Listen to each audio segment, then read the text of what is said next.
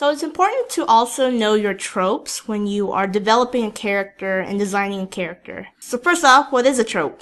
A trope is a storytelling shorthand for a concept that the audience will recognize and understand instantly. You can learn more about the different tropes that are out there on tvtropes.org. And basically, these are archetypes that exist in works of fiction, and there's just such a plethora of information out there on these archetypes. Now, I will say that there is a difference between a trope and a cliche. Tropes are useful to convey that certain information to the audience very quickly, but if you overuse those tropes, very easy for those tropes to become cliches. We see this in a lot of groups of characters. There's always a funny one, a smart one, a dumb one, the leader. And that goes back. Yeah. That goes back centuries. That's practically the four humors as a trope. The Ninja Turtles, Scooby-Doo, they're practically the same makeup when it comes to personalities. They're basically the same four humors.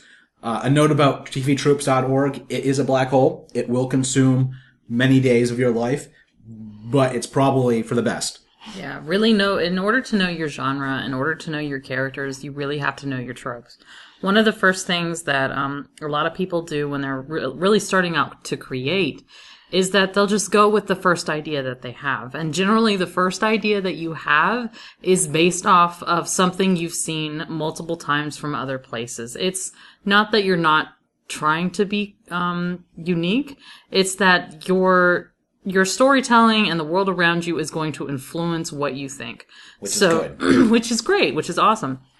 But you really want to be, in order to surprise people, you have to subvert your tropes. And you have to be conscious about what you're doing. Finally, just to tie in all of the elements that we talked about in this presentation, I wanted to give you a case study of a character we really struggled with, which is Toshi. He is Markeisha's father. He's older Japanese man, and he's blind from birth, correct? Mm-hmm. We really struggled with this character. I'm not sure why, but for some reason he was the last character to be designed from our main cast, and we spent several weeks just trying to sketch different faces, pulling together references from different photos of celebrities and other people that we thought would be a good match. And no matter how many times we tried to sketch this character out, we were not getting anywhere. We had pages in our sketchbooks just filled to the brim, and somehow we just didn't feel like any of them fit or felt like Toshi. After weeks of frustration, we finally one night just kind of sat down, took a break from the sketchbooks, and really examined him as a character. We looked back on all the writing and the notes that we had taken on him. And, we ended up trying to answer those 3 questions that we went over earlier in the presentation. What were his wants? What are his needs? What is his secret? Is he operating from a place of terror? Is he operating from a place of aspiration? And after a lengthy, several hour discussion on Toshi, we were able to narrow down some of the basic shape and color language. Basically, Toshi is a very down-to-earth, reliable person who he doesn't like to break from routine. He finds comfort in the routine. He likes to stay grounded.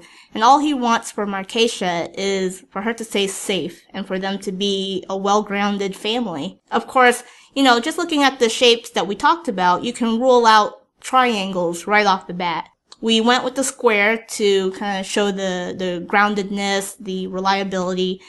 We went with a circle because throughout, his hardships, he's still a very positive character, and he's probably the most optimistic out of our cast. Narrowing it down to those 2 was really helpful. With the color palette, I decided to go with a more literal manifestation of the down-to-earth nature of his personality. So we chose earthy tones. Now, Toshi's also not the type of character to bring attention to himself, so we decided to mute down those colors as well. Now, upon, just narrowing down the shape and color language, we were able to come up with his design in 2 days. and as the style of the show evolved, like we were talking about in the beginning, he just evolved with it, but the design basically stayed the same. And we finally, after weeks of trying to find a character, we finally narrowed down his design just by answering those developmental questions. In conclusion, character development, character designs, it's really a cyclical process. Development suggests design, design will suggest development, and it's really an engine which allows you to really discover who your character is. It's really worth noting that this is an art, it's not a science.